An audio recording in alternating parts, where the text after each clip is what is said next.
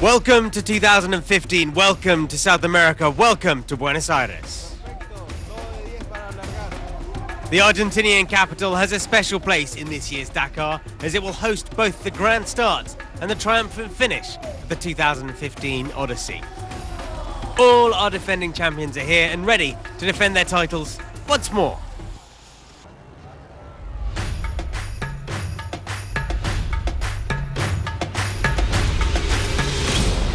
The level of our competitors are high like us. You know, only the way that the 5 victory will arrive if we make a perfect race again.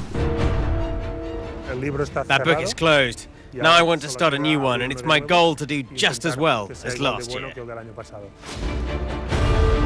To win Dakar. We are here to win this race because it's my dream to win again. 9,308 kilometers is our maximum total this year, spread over 13 stages that embrace and explore the extremes of Argentina, Chile and Bolivia. It's a very demanding race that lasts 14 days in absolutely fabulous territories but extreme difficulty. In very tough climate conditions, it really is the toughest race in the world. And this year, again, there will be the altitude issue. In the car race, for the first time, the competitors will touch the sky, racing at 3,600 to 3,800 meters. The individual performance is to finish such an event, not necessarily to be well placed, but really just to finish. It's a marathon event.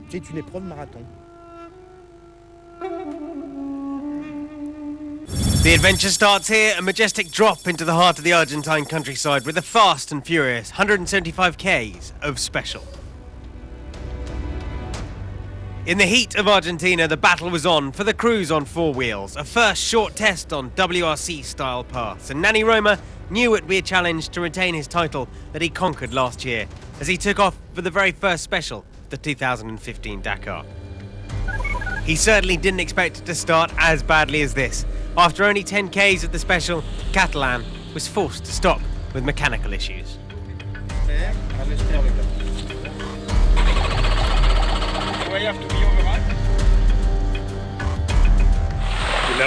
There's an oil pressure sensor that's lit, and the car won't go over 2,000 revs. The oil pressure is down, and we could break the engine. I just don't know what's happening.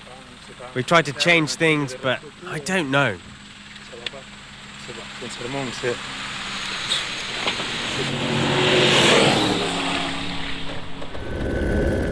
On his home territory, Orlando Terranova was a happy man. The Argentinian captured the stage after a 30-second time penalty for Nasser Al-Attiyah.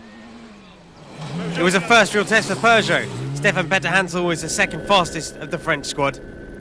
But it's just a start for the Lion.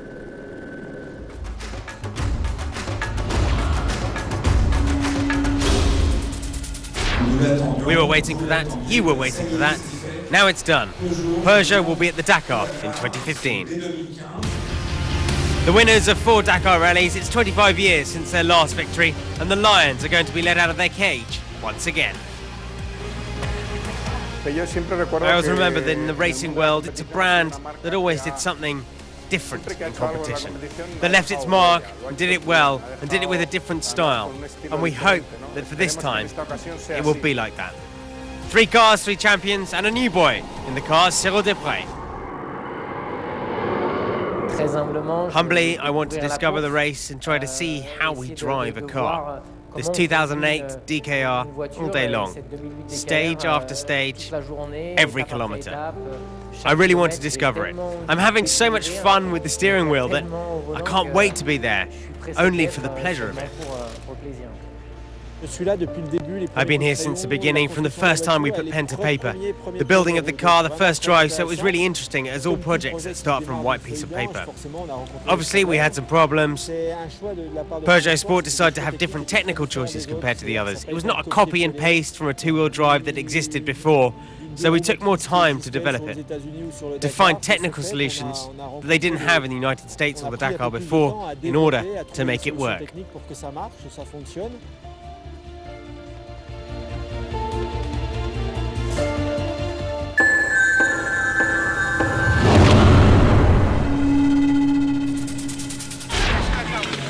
With the number 2 on his newly evolved Honda, the hope is that Joan Barreda is the man and the machine combination to surmount the extremities of the Dakar through all 14 stages. With the long game in mind, he matched the pace of Coma and came home 4th early on. Coma himself, on a short, flat stage, came in 3rd, but nobody was expecting big gaps on day 1. It didn't go great for everybody, though. Wait a moment. Aye.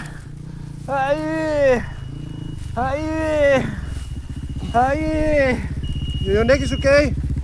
Aye. Come. Aye. Oh, boy. Aye. Please, push the button, the emergency button.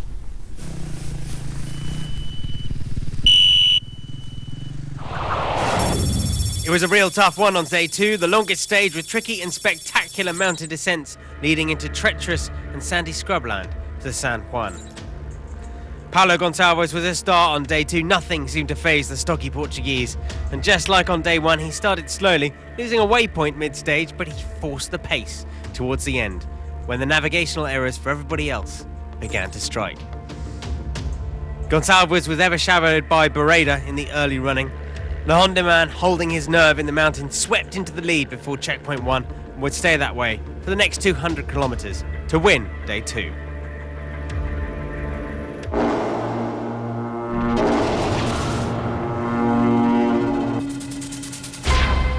So after the nightmare of day 1, it was the early hours of the morning when Roma returned to the bivouac.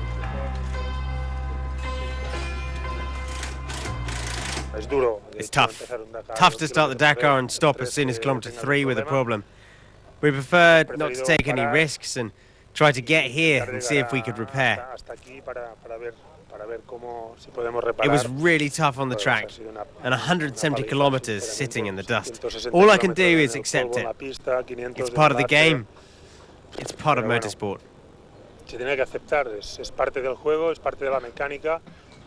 Tough moments for Nani in the middle of the Argentine night. He would eventually be able to carry on and get back on stage. The Dakar started nice and smoothly for Gordon though, with the 3rd fastest time on day 1, but things turned sour for the American on day 2 at kilometre 50. Serious issues with his brakes that forced him to stop to repair and lose precious time.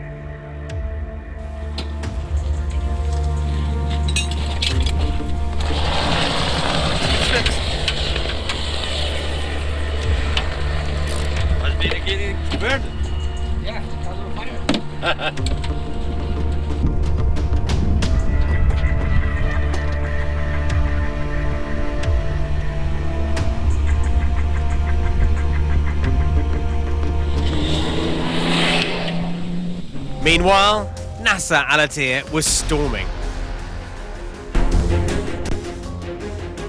Setting an extremely fast pace, he was clocking the best times at the first checkpoints and eager to hit back after his time penalty of day 1.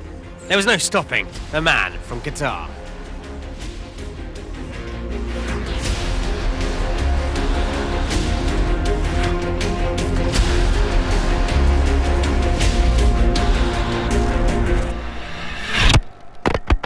He wasn't the only one having a good day in the heat. The stage certainly suited the Toyotas as well. Giniel de Villiers had a clean and consistent run, but he had to be content with 2nd spot in the heat. The Toyota is much improved and dealt majestically with the fesh.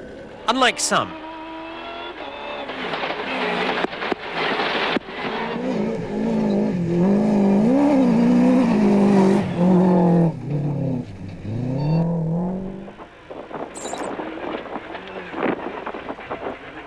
Cap 325, good. Alex, this is fesh. We're in the middle of it.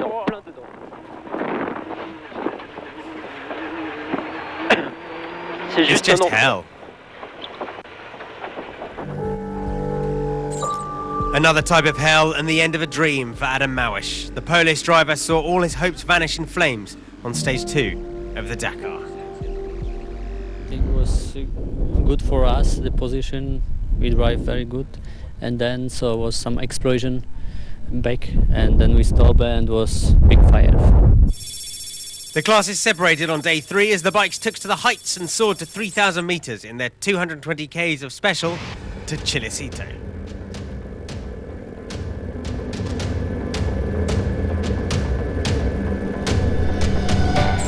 Portuguese rider Gonçalves was strong in the heat once again, but lost 3 minutes to the chasing pack by finishing 5th.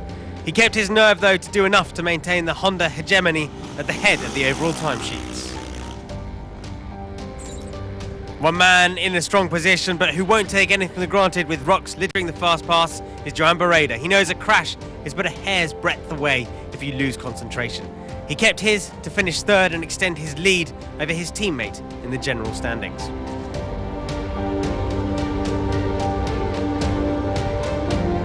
With stage 2 but a distant memory, the reigning champ started 8th and finished 2nd. Most importantly, Coma finished ahead of Barreda, and in the process, clawed back over a minute of the 12 he lost yesterday. When you're far behind, it's more difficult to make up time. But in general, it was a good day. I started quickly and had trouble passing Helder, but I lost some time. Matthias Walkner wasn't sure that he was ready to come to the Dakar. It took the encouragement of KTM Dakar pioneer Heinz Kinnegadner to convince him to take part after just a few months on a rally bike.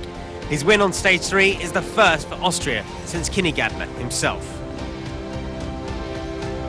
And after stage 3, it's Barreda with 5 minutes in hand over Gonçalves, Walkner the debutant in 3rd and Coma in 4th.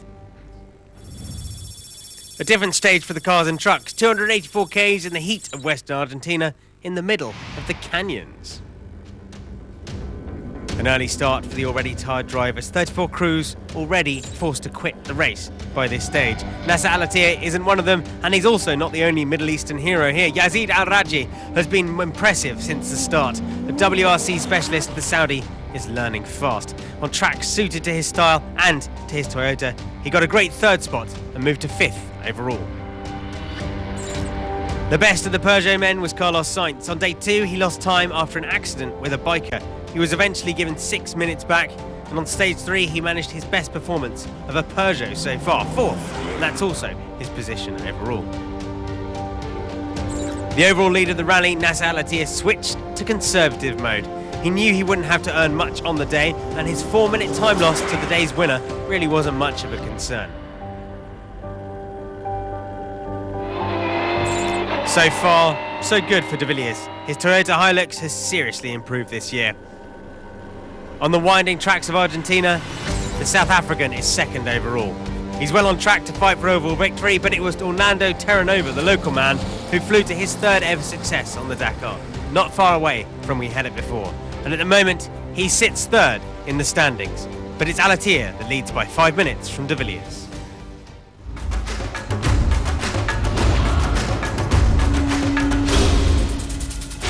On a Dakar stage between the start and finish, riders have to pass various checkpoints. As Bernard Crétinet explains, actually the role of the checkpoint has changed. It's more a human presence on the track, and particularly for a few years, we had the refueling. We have to manage the neutralization of the section for the bikes. I like the difference of being on a rally. When we're alone, just with our car. After setting up and a night in the middle of the desert, they're ready to welcome the riders. My role today will be to take the number of the riders and write it in the computer. So we know that when the riders have passed, they have 15 minutes. In that 15 minutes, they can refuel, and after that, they'll have to head to the start to restart. If it goes fast for the top riders at the checkpoint, it's also a place where the amateur riders can stop, where they will receive support and help from the officials. Allez, va descendre, je vais te l'amener.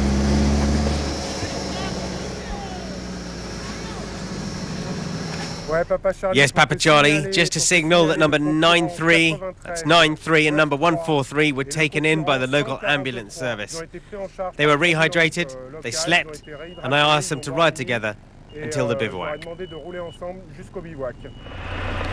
This is it, end of story. The race goes on. Stage 4 is the Andes, a diabolical adventure through the toughest terrain on Earth. And before dawn was a glint on the mountainous horizon, our Dakar riders were preparing for that challenge and to start the stage. Preparing for the cold. After 3 hard days, reviving body and mind in the dark is a tough challenge, but a tougher challenge was to come in the dunes. They capped a dramatic mountain crossing, and ride of the day had to go to local man Pablo Quintanilla. Never getting past stage 6 in his 2 previous attempts, he rode his heart out. His reward, a remarkable and enviable 3rd place, and that puts him 6th overall at the end of that stage. We've always known he's fast, but this year Bereda seems to have a strategy that it's working. Shadowing Coma and gaining time, he was in the best possible position as they entered the closing stage of the day. The final fight between Coma and Bereda would go the way of the Honda rider. Sticking like glue to Coma